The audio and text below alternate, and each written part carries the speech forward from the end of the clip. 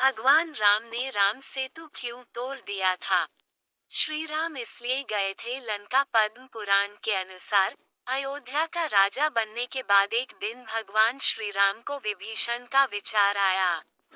उन्होंने सोचा कि रावण की मृत्यु के बाद विभीषण किस तरह लंका का शासन कर रहे हैं, उन्हें कोई परेशानी तो नहीं है। जब श्री राम ये सोच रहे थे, उसी समय वहां भरत भी आ गए। भरत के पूछने पर श्री राम ने उन्हें पूरी बात बताई। ऐसा विचार मन में आने पर श्री राम ने लंका जाने की सोची। भरत भी उनके साथ जाने को तैयार हो गए। अयोध्या की रक्षा का भार लक्ष्मण को सौंपकर श्री राम व भरत पुष्पक विमान पर सवार होकर लंका चले गए। जब श्री राम से मिले सुग्रीव और विभीषण पुष्पक विमान से लंका जाते समय रास्ते में किष्किंधा नगरी आती है। श्री राम व भरत थोड़ी देर वहां ठहरते हैं और सुग्रीव से अन्य वानरों से भी मिलते हैं। जब सुग्रीव को पता चलता है कि श्री राम व भरत विभीषण से मिलने लंका जा रहे हैं, तो वे उनके साथ हो गए। रास्ते में श्री राम भरत को वह पुल दिखाते हैं, जो वानरों व भालुओं ने समुद्र पर बनाया था। जब विभीषण को पता चलता है कि श्री राम, भरत व सुग्रीव लंका आ रहे हैं, तो वे पूरे नगर को सजाने के लिए कहते हैं। विभीषण श्री राम, भरत व सुग्रीव से मिलकर बहुत प्रसन्न होते हैं। श्री राम ने इसलिए तोड़ा था सेतु। श्री राम 3 दिन तक लंका में ठहरते हैं और विभीषण को धर्म अधर्म का ज्ञान देते हैं और कहते हैं कि तुम हमेशा धर्म पूर्वक इस नगर पर राज्य करना।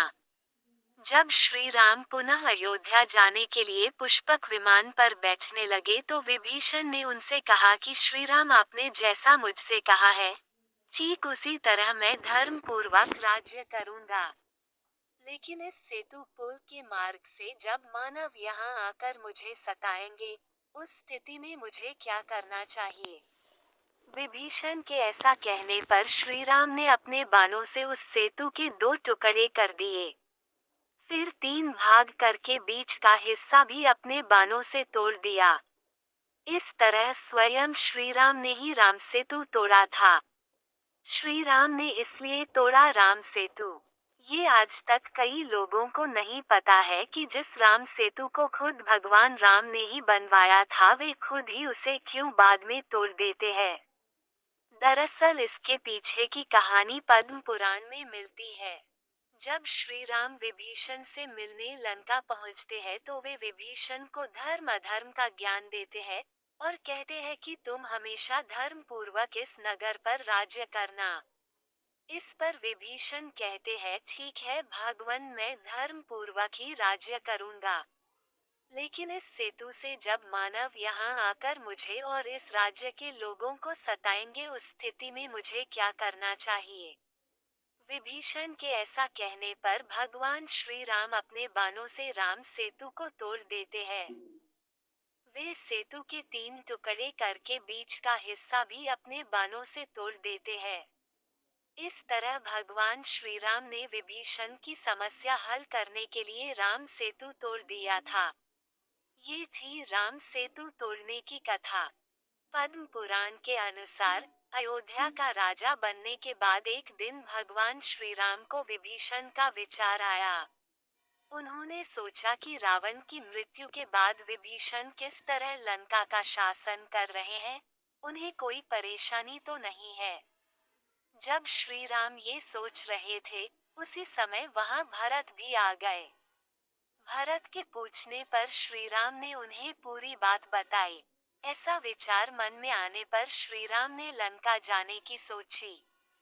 भरत भी उनके साथ जाने को तैयार हो गए।